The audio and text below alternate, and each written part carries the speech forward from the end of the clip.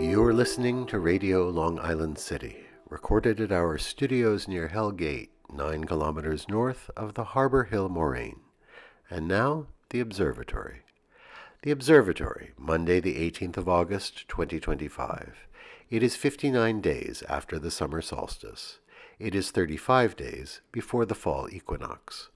By the French Republican calendar, it is the first day of Fructidor, the day of the prune, the plum. The sun rises today at 6:09 a.m. Solar noon takes place today at 1 p.m. The sun sets today at 7:49 p.m.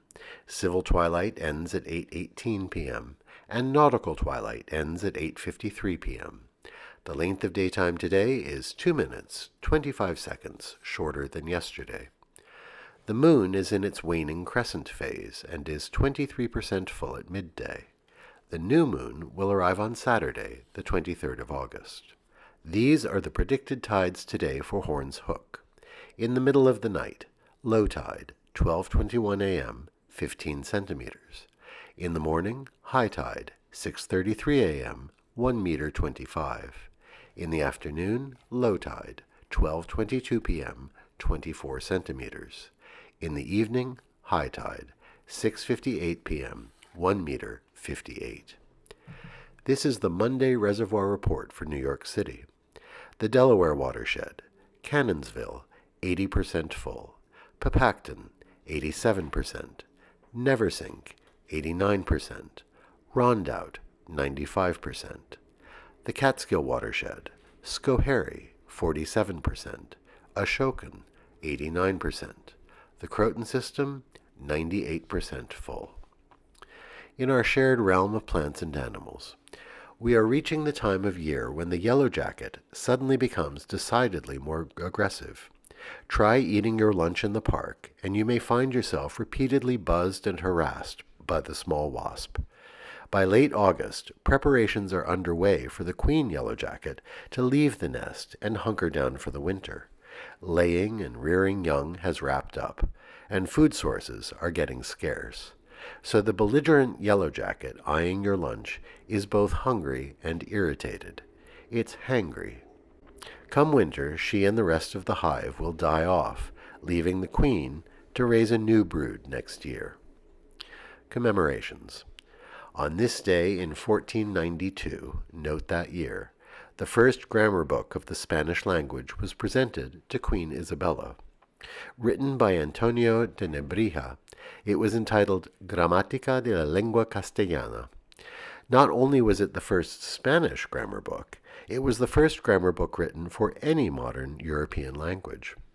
Apparently, the Queen did not see the need for a grammar of the vernacular tongue, and here is where the story takes a dark turn. Antonio de Nebrija noted that the Queen planned to colonize many foreign lands, and that the natives would need a book to learn the language of their conquerors. The Queen approved.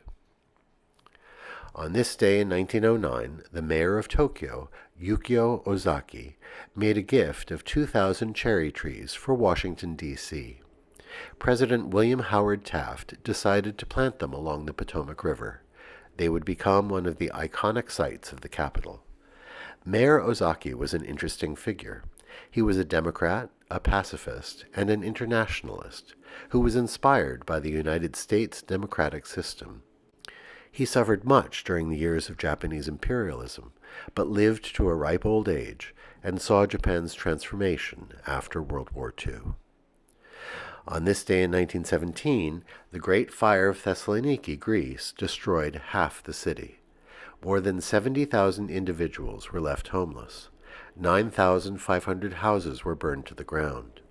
Almost half the Jewish population left, their livelihoods and homes having been destroyed. This is important because the city had been one of the most important Jewish settlements in the entire world. And finally, on this day in 1920, Tennessee ratified the 19th Amendment to the United States Constitution. This meant that the amendment had been approved by enough states to become the law of the land. Women's suffrage had been achieved.